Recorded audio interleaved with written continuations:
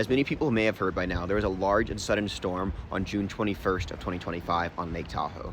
While the day started off pretty calm, if a bit cold, a large storm blew in the afternoon, roughly around 2 p.m.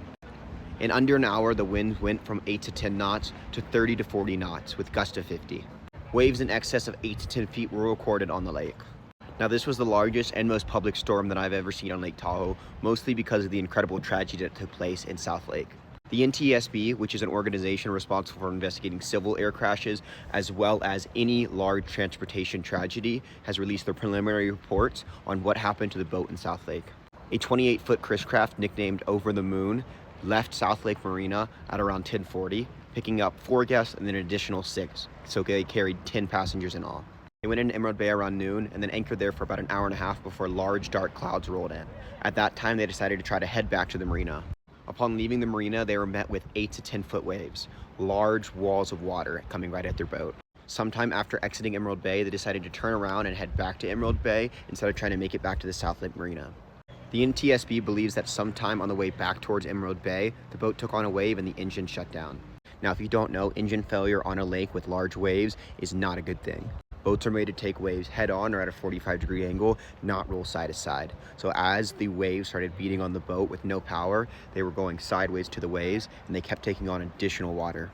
As water filled up the boat, they passed out life jackets to all the passengers and 2 of them put them on. There was a group of hikers that saw this next part. A very large wave overtook the entire boat and capsized it. 8 of the victims were recovered at the scene. 2 of them were still alive, 1 of them wearing a life jacket, the other holding on to it. 6 of them were pronounced dead at scene. The remaining 2 victims were recovered from the bottom of the lake bed. After reading the preliminary report, I don't believe that the boat operator could have done anything to really prevent this tragedy because it was engine failure. He probably made the right decision in returning to Emerald Bay. That's what one of our own captains did.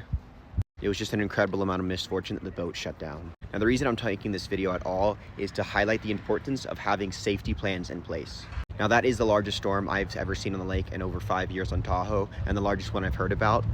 While storms like that are incredibly rare and incredibly freak, especially on Lake Tahoe, things do happen. So it's important to have plans in place. 3 things you can do to improve your safety on Lake Tahoe is to make sure you have life jackets available for every passenger and that they are easily accessible.